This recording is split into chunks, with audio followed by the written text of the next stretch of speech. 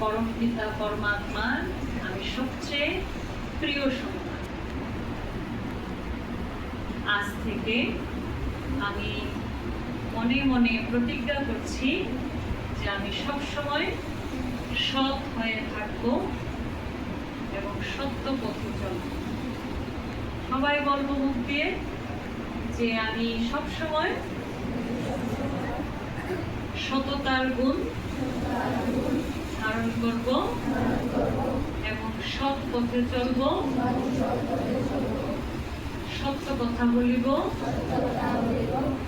এবং যারা মিথ্যা কথা বলে তাদের থেকে আমি দূরে থাকব। মিথ্যার সঙ্গ আমি করব না। আমি সবসময় সত্য বলি।